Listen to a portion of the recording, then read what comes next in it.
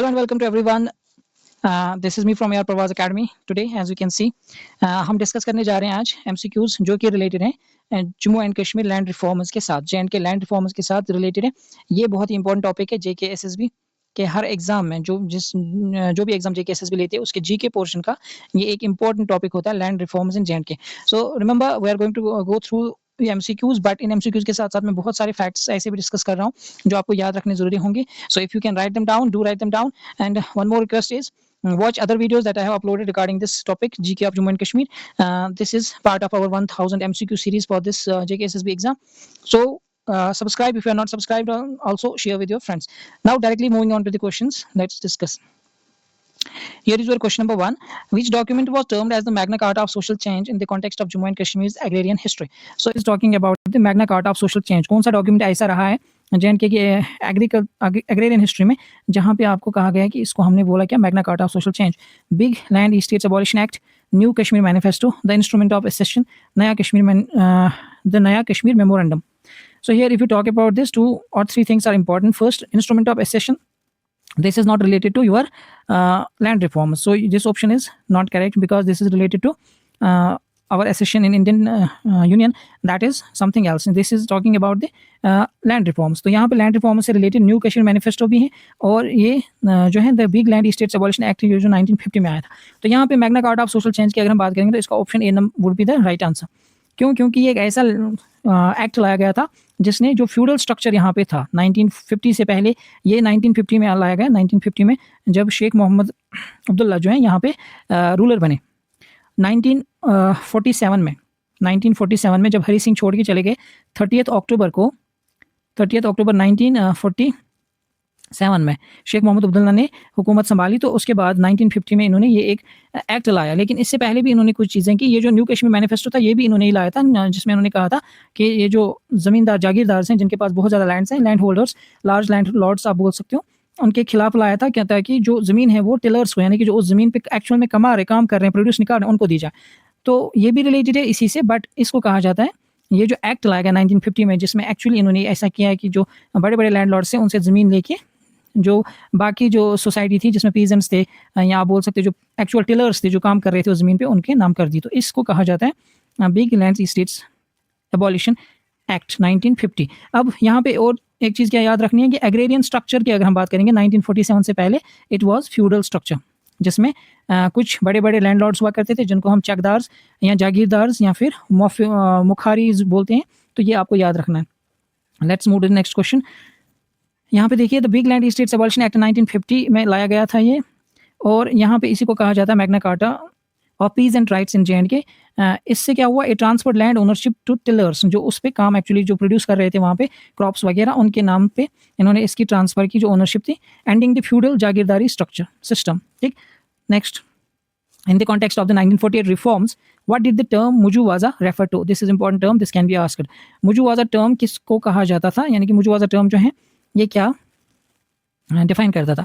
A voluntary land donation system, a tax levied on orchards, an exploitative system of compulsory grain surrender, a religious tax on saffron cultivation. So here the right option would be the option number C.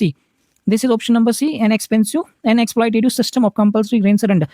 मैंने जैसे कि कहा कि 1947 से पहले यहाँ पे क्या था, फ्यूडल स्ट्रक्चर था. फ्यूडल स्ट्रक्चर में क्या थे, बड़े बड़े लैंडलॉर्ड्स थे जो ज़मीन को देते थे किनको, पीजेंट्स को. उनको बोलते थे आप इस पे खेती बाड़ी करो और इससे कमाओ, इससे प्रोड्यूस निकालो, जो भी वो क्रॉप लगाते थे उस क्रॉप का 50% इनको देना पड़ता था डायरेक्टली किसको, इस लैंडलॉर्ड को, और जो 50% बचता था वो इनके अपने पास रहता था. तो ये आप देखोगे ऑलमोस्ट हाफ जो है मतलब पूरा हाफ इनको देना पड़ता था लैंडलॉर्ड्स को. तो ये एक एक्सप्लॉइटेटिव सिस्टम था. इसी सिस्टम को हम बोलते थे मुजुवाजा. दिस वाज द सिस्टम जो एक एक्सप्लॉइटेटिव सिस्टम था जिसमें क्या होता था, जो पीजेंट्स थे, फार्मर्स थे, जो एक्चुअल में काम करते थे ज़मीन पे, वो जो भी प्रोड्यूस निकालते थे उस प्रोड्यूस का 50% उनको लैंडलॉर्ड्स को देना पड़ता था. This was the exploitative system जो 1948 से पहले यहाँ पे जम्मू एंड कश्मीर में चलता था. मुजुवाजा was an oppressive practice where peasants were forced to surrender a large portion of their produce grain, जो भी वो निकालते थे ज़मीन से उसका लार्ज पोर्शन, नियरली ये 1/2 यानी कि हाफ उनका देना पड़ता था. और ये एबॉलिश किया 1950 ई स्टेट्स जो हमने अभी देखा एक्ट, उसने फिर ये एबॉलिश किया, इसलिए उसको बोला जाता है Magna Carta of social change. Consider statements regarding the big land states abolition act 1950. ये जो big land states abolition act आया 1950 में उसके रिगार्डिंग ये कुछ यहाँ पे स्टेटमेंट्स दिए गए। Ceiling on ownership at 22.75 acres, 182 canals, ये जो एक्ट हैं इसके तहत सीलिंग लगाई गई थी, यानी कि किसी भी बंदे के पास 22 एकर्स से ज़्यादा 22.75 एकर्स से ज़्यादा ज़मीन नहीं होनी चाहिए। ये करेक्ट ऑप्शन है। प्रोवाइडेड मार्केट रेट कंपनसेशन, इसमें कोई कंपनसेशन प्रोवाइड नहीं की गई, there was no compensation. Transfer ownership to tillers, ये भी करेक्ट है। ओनरशिप दी गई किनको? टेलर्स को, जो एक्चुअल में उस पे काम कर रहे थे, ज़मीन पे जो प्रोड्यूस निकाल रहे थे, उनको दी गई ownership. This is correct. So the right option here would be option number C. 1 and 3 are the correct because we had to find the correct statements. 1 and 3 are correct. 2 is wrong. So remember Big Land Estates Act में क्या हुआ? Big Land Estates Abolition Act जब आया तो इन्होंने क्या किया? इन्होंने कहा कि किसी भी बंदे के पास जो J&K स्टेट का जो भी रेजिडेंट है उसके पास आप 22.75 एकड़ से ज़्यादा ज़मीन नहीं होनी चाहिए। जिसके पास भी 22.75 एकड़ से ज़मीन ज़्यादा होगी वो उसके पास सरप्लस हैं, उस ज़मीन को बोलते थे सरप्लस ज़मीन, और ये जाती थी सीधे किसके पास? जिसको गवर्नमेंट ने उनसे छीन लिया। गवर्नमेंट ने छीन लिया और दे दिया किनको? जो प्रोड्यूस कर रहे थे, टिलर्स, जिनके पास ज़मीन नहीं थी, जो एक्चुअल में उस पर कुछ उगा रहे थे ज़मीन पे, तो उनको दे दी गई। तो ये था क्या यहाँ पे? आपको ये याद रखना, दिस वॉज द लिमिट 22.75 एकड़, यही होता है आपका 182 कैनाल्स के बराबर। तो 182 कैनाल्स याद रखेंगे, 22.75 एकर्स इंपॉर्टेंट है। दूसरी बात जो आपको यहाँ पे याद रखनी है कि कंपनसेशन कोई भी प्रोवाइड नहीं किया गया था, प्रोवाइडेड नो कंपनसेशन, यानी कि जो भी ज़मीन किसी भी बंदे के पास अगर 180 कनाल से ज़्यादा ज़मीन थी, 22.75 एकड़ जो हमने अभी डिस्कस किया, इससे ज़्यादा ज़मीन जिसके पास थी तो उससे वो ले ली गई, लेकिन उस ज़मीन के बदले उसको कोई कंपनसेशन नहीं दी गई, नो कंपनसेशन। और ऐसा उस टाइम पे 1950 में पहला एक एक्ट बना था पूरे, अगर हम हिंदुस्तान की बात करेंगे, पूरे इंडिया में ऐसा ही पहला एक्ट बना था जहाँ पे कोई भी कंपनसेशन बड़े लैंडलॉर्ड्स को कोई नहीं दी गई, क्योंकि उनको कहा गया आपने ये लैंड जो है अनजस्टली हड़प कर ली है, जो स्टेट लैंड है या आपने हड़प करके रखी है, इसलिए no compensation was given. Transfer ownership, ये तो आपको पता ही है, इसका मेन मुद्दा यही था कि ओनरशिप हम किनको दें? जो टिलर्स हैं, जो एक्चुअल में उस पर प्रोड्यूस कर रहे हैं कुछ। नेक्स्ट क्वेश्चन देखेंगे, Who led the Land to the Tiller Committee formed in the 1949 to examine peasants' grievances? Land to the tiller, हमने कहा land to the tiller movement आया था, जिसको हम बोलते हैं न्यू कश्मीर मूवमेंट, ये भी आपको पता है। लैंड टू द टिलर जो मूवमेंट थी, इसको जो है सबसे पहले शेख अब्दुल्ला ने ही उछाला था, यानी कि इसने ये नारा उन्हीं का है, शेख अब्दुल्ला का, लैंड टू द टिलर। अब इसके बाद क्या होता है, 1949 में एक कमेटी बनाई जाती है जिसको बोलते हैं land to the tiller committee. उस कमेटी में जो है मिर्ज़ा अफजल बेग, आप याद रखेंगे, ये उस टाइम के रेवेन्यू अफसर थे, रेवेन्यू मिनिस्टर थे, तो ये इनके इस कमेटी के चेयरमैन थे। इस कमेटी के बाद ये जो land to the tiller committee है, इसके बाद ही 1950 में जब इन्होंने रिपोर्ट दी, उसके बाद आया big land estates abolition act. Big land estates abolition act इसके बाद आता है, जो हमने अभी देखा वो 1950 में आया था। ठीक है, तो ये याद रखना है। Match the land reforms with its local terminology. जो ये देखो जनरली हमारे यहाँ क्या है, J&K में जो लैंड रिफॉर्म्स हुई, लैंड रिफॉर्म्स को 2 फेजेस में किया गया। पहला फेज़ आया था 1948 में जो स्टार्ट हुआ, हमने अभी देखा, land to the tiller committee बनी, उसके बाद big land estates abolition act आया। ठीक है, 1950 में big land estates abolition act आया। तो ये जो पहला फेज़ था इसको बोलते थे खत्म चकदारी, क्योंकि क्या हुआ था, हमने देखा फर्स्ट का भी आएगा खत्म चकदारी, और सेकंड फेज़ को बोलते हैं ज़राए इस्लाह। ये जो हम लोकल लैंग्वेज में यहाँ पे लोकली इनको ये नामों से बुलाया जाता है। First phase of land reforms, उसको बोलते हैं खत्म चकदारी, जहाँ पे हमने चकदारी यानी कि बड़े लैंडलॉर्ड्स को उनसे ज़मीन छीन के ये जो उनका कंट्रोल था इस पे चकदारी का, वो ख़त्म किया। दूसरा फेज़ आया 1970s में, जिसमें हम अभी भी आगे भी पढ़ेंगे, उसको बोलते हैं ज़राए इस्लाह, यानी कि जो बचा कुचा बाकी रह गया था हमारे यहाँ, जहाँ पे हमने देखा big land estates abolition act आया, उसके बाद उसमें जो लूप होल्स रह गए थे, उन लूप होल्स को भरने के लिए, वहाँ पे करेक्शन करने के लिए हमने 1970s में जो फेजेस लाए उनको हम बोलते हैं ज़राए इस्लाह, यानी कि सिर्फ इस्लाह करने के लिए, कुछ खामियां पूरी करने के लिए उन फेजेस को लाया गया। वो हम आगे पढ़ेंगे। तो इसका ऑप्शन क्या, इसका आंसर क्या आएगा? ऑप्शन नंबर फर्स्ट का बी, तो first B, second A, that is B. Next, under the J&K agrarian reforms act 1976 the land ceiling for individuals was reduced to. अब देखो मैंने अभी आपको बताया, पहले हुआ 1950 में big land estates abolition act, काफ़ी हद तक वो बहुत ही मशहूर एक एक्ट रहा, और उसकी वजह से यहाँ पे बहुत ज़्यादा जो लैंडलॉर्डिज्म था वो ख़त्म हो गया। बट उसके बाद थोड़े से लूप होल्स रह गए, तो वो लूप होल्स करेक्ट करने के लिए 1972 में एक एक्ट आता है, उसको भी बोलते हैं J&K एग्रेरियन रिफॉर्म एक्ट 1972, लेकिन उसको एबॉलिश किया जाता है 1975 में। उसको एबॉलिश करने के बाद 1976 में फिर से एक एक्ट लाया जाता है, J&K एग्रेरियन रिफॉर्म्स एक्ट 1976, और ये जो एक्ट था इसमें जो लैंड सीलिंग हमने अभी देखी, जब हमने देखा big land estates abolition act 1950 में लैंड सीलिंग कितनी थी, 22.75 एकर्स हमने देखी, जिसको हम बोलते हैं 182 कैनाल्स। 182 था कि 180 था, 182 कैनाल्स। लेकिन यहाँ पे क्या हुआ, इन्होंने 76 में इस सीलिंग को चेंज कर दिया। ये जो सीलिंग थी इसको इन्होंने कहा कि अब कोई भी बंदा जो है इसमें 12.5 स्टैंडर्ड एकर्स यानी कि इतने एकड़ से ज़्यादा ज़मीन किसी भी बंदे के पास नहीं होनी चाहिए, जो ऑप्शन नंबर बी वुड भी करेक्ट ऑप्शन, ठीक है। तो किसी भी बंदे के पास इससे ज़्यादा ज़मीन नहीं होनी चाहिए, जो भी इससे ज़्यादा ज़मीन होगी किसी के पास वो स्टेट गवर्नमेंट की हो जाएगी और वो टिलर्स को दे देंगे, यानी कि बाकी जो पीजन्स थे, जो लैंडलेस थे, उनको दे दी जाएगी। तो यहाँ पे आपको याद रखना 1976 में इसमें चेंज किया गया, जो सीलिंग थी, सीलिंग की लिमिट जो था लैंड होल्डिंग का, वो 22.5 एकर्स को कट करके 12.5 एकर्स पे ला के रख दिया गया। यहाँ देखो आप, the 1976 act was more stringent, यानी कि ये ज़्यादा सख्त एक्ट, ज़्यादा सख्त था, यानी कि इसमें कुछ और रूल्स इन्होंने लाए जो ज़्यादा कड़क थे, स्ट्रिक्ट थे। रिड्यूस्ड सीलिंग फ्रॉम 182 कनाल से सीलिंग को रिड्यूस करके इन्होंने सिर्फ 100 कनाल्स यानी कि आपका 12.5 एकर्स कर दिया। 12.5 एकर्स ही 100 कनाल्स होते हैं, तो इसको याद रखना है आपको। नेक्स्ट देखेंगे, which act was enacted in 1950 to provide relief to overburden peasants from rural date.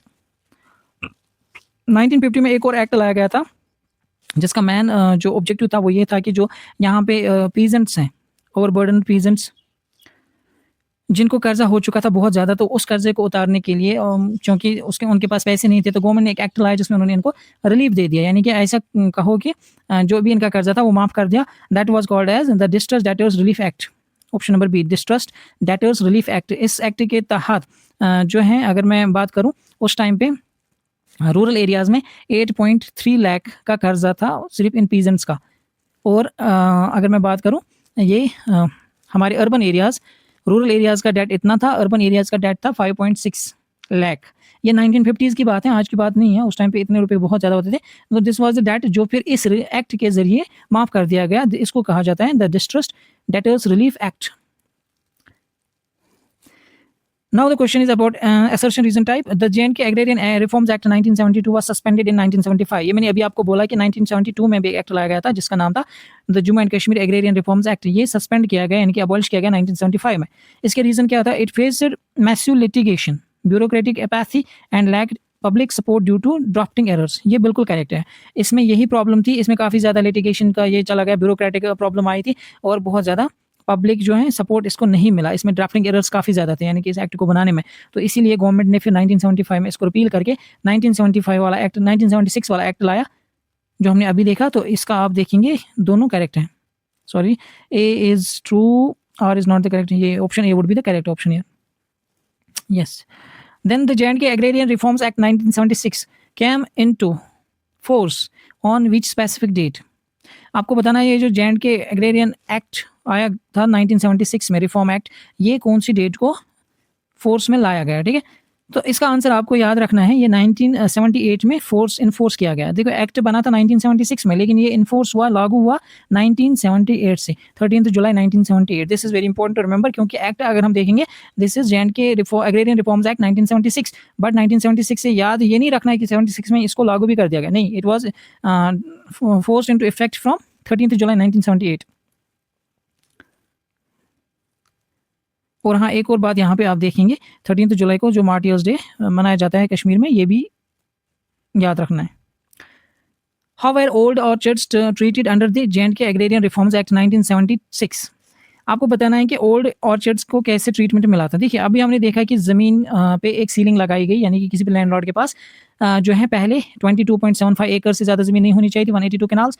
उसके बाद 1976 में ये सीलिंग आई 12.5 एकर्स पे, यानी कि 100 कनाल से ज़्यादा नहीं होनी चाहिए। लेकिन इसमें एक चीज़ था कि ऑर्चर्ड जो हमारे बागात थे उस पर एग्जिम्पशन थी। एग्जिम्पशन का मतलब ये कि अगर आपके पास पुरानी बागात हैं तो आप वो रख लो, वो आपके काउंट नहीं किए जाएंगे, वो अकाउंटिंग में नहीं आएंगे। वो अगर आपके पास इनसे ज़्यादा भी हैं, 12.5 एकड़ से ज़्यादा भी होता है, वो काउंट नहीं होगा। उसके लिए आपको अलग से पे करना पड़ेगा गवर्नमेंट को टैक्स। आप वो बागात इसमें काउंट नहीं करेंगे, बट उसके लिए आपको टैक्स पे करना पड़ेगा। So completely exempted from tax नहीं, टैक्स को नहीं छोड़ा गया था, वहाँ पे एग्जाम नहीं किया गया था।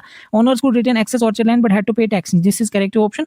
सो option number B would be the correct option. वो ये है कि इस एक्ट के अकॉर्डिंग अगर आपके पास ऑर्चर्ड्स हैं जो कि 12.5 एकर्स को आप क्रॉस करते हो, यानी कि आपके पास ऑर्चर्ड हैं जो कि 5 एकड़ का ऑर्चर्ड है आपके पास, तो 12.5 आपका एग्रीकल्चरल लैंड है, तो हो गया, आप इसके अंदर आ गए। अब ये जो 5 एकड़ हैं ये भी आपके ही हैं, लेकिन आपको टैक्स पे करना पड़ेगा। वो कितना तो होता था 800 रुपये पर ईयर, ठीक है, ये आपको याद रखना है। ये देखिए, orchards were generally exempted from the rigid ceiling to protect the horticulture economy. ये इसलिए एग्जेम्प्ट किए गए थे ताकि जो हॉर्टिकल्चर इकोनॉमी यहाँ पे ग्रो हो रही थी उसको प्रोटेक्ट किया जाए। लेकिन इनको एनुअल टैक्स देना था, लेवी देनी थी अप्रोक्सीमेटली 800 रुपये पर स्टैंडर्ड एकड़। ठीक है, 800 रुपये पर स्टैंडर्ड एकड़। Which of the following categories of people were granted special allowances to resume land up to the ceiling limit under the 1976 Act? इनमें से कौन सी कैटेगरी के लोग हैं जिनको स्पेशल ग्रांट मिला था, स्पेशल अलाउंस मिला था अंडर द एक्ट ऑफ 1976? ये थे हमारे डिफेंस पर्सनल और उनके जो फैमिलीज थी उनको ये स्पेशल प्रोविजन दिया गया था 1976 में। ये 12.5 एकड़ से ज़्यादा भी अगर इनके पास ज़मीन होती तो इनको उस पर काम करने का हक दिया जाता था। Okay, so these are exceptions you have to remember, this is important, this can be asked. The act aimed at abolish absentee landlordism, ये आपने देखा। However defence personnel were exempted, defence personnel जो थे उनको छोड़ दिया गया था, इसमें उनको इंक्लूड नहीं किया गया था। And allowed to resume land for personal cultivation upon retirement on return. ठीक, थैंक यू वेरी मच। अगर आपने यहाँ तक वीडियो देख लिया है तो पहले लाइक ज़रूर करें, शेयर ज़रूर करें और सब्सक्राइब करना तो बिल्कुल ही ना भूलें। इसका जो है पार्ट 2 हम कल डिस्कस करेंगे, क्योंकि अभी कुछ और भी चीज़ें डिस्कस करनी है लैंड रिफॉर्म से रिलेटेड। हमने आज J&K के लैंड रिफॉर्म्स में सबसे पहले क्या देखा, big land estates abolition act, big land estates abolition act जो कि Magna Carta of social change माना जाता है। ये आपको याद रखना है और ये सबसे बड़ा, इसमें कोई कंपनसेशन नहीं दिया गया था।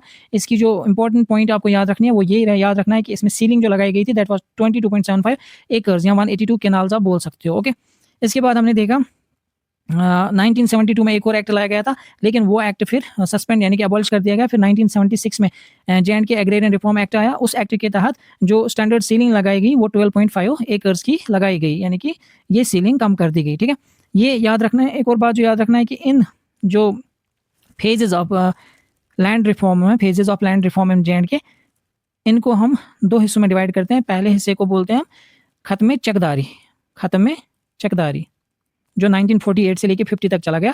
उसके बाद जो दूसरा फेज आता है 1970s वाला, इसको बोलते हैं हम ज़राए इस्लाह।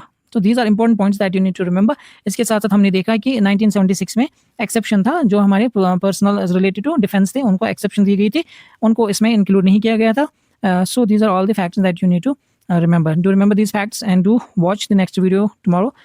Till then, take care of yourself and also do subscribe. Part 2 of this Reform Act will be uploaded tomorrow. Thank you for watching.